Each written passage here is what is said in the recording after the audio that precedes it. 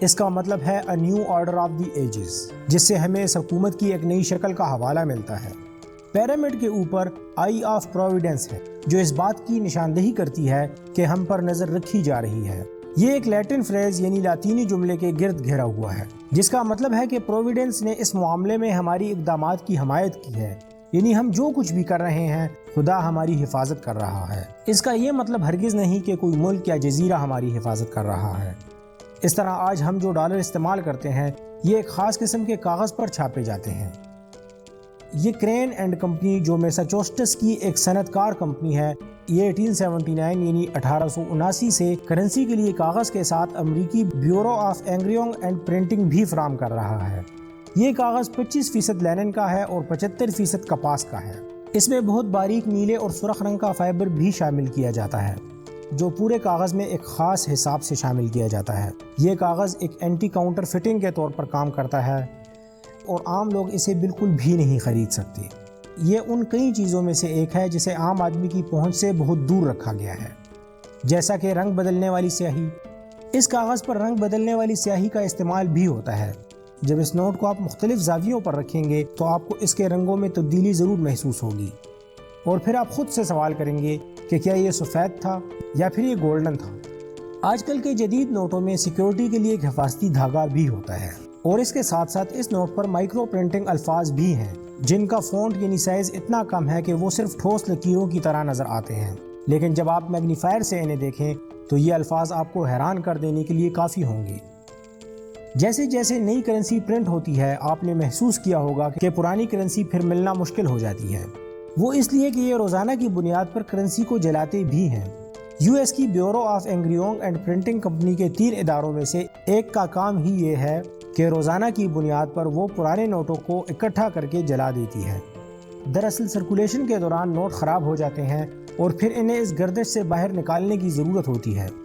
دوستو، کیا آپ جانتے ہیں کہ ایک نوٹ کی اوسط زندگی صرف 3.5 سال ہوتی ہے؟ تھار کے سیکول کو تیار کرنے میں جتنا وقت لگتا ہے اس کی عمر اس سے بھی کم ہوتی ہے۔ دوستو، یہ کمپنی ایک سال میں تقریباً $7 بلین کے قریب کی دولت کو جلا دیتی ہے۔ دوستو، سچ بتائیں، ڈالر کی تاریخ کے بارے میں کس حقیقت نے آپ کو سب سے زیادہ حیران کیا؟ ڈالر کے اندر ان چھپے رازوں نے یا پھر اس کی عجیب اور غریب ترقی نے؟ دوستو، اس انفارمیٹیو ویڈیو کو دیکھنے کا اور پسند کرنے کا شکریہ۔